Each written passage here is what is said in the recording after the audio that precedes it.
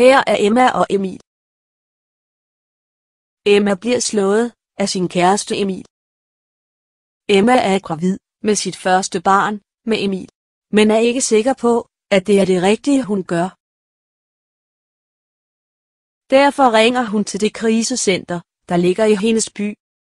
De sagde til hende, at hun bare kunne komme ned til dem. Hun kunne få nogle samtaler med nogen, der kan hjælpe hende. Nu er Emma kommet hen på krisecentret. Du må så være Emma. Ja, det er jeg. Hyggeligt at møde dig. I lige måde.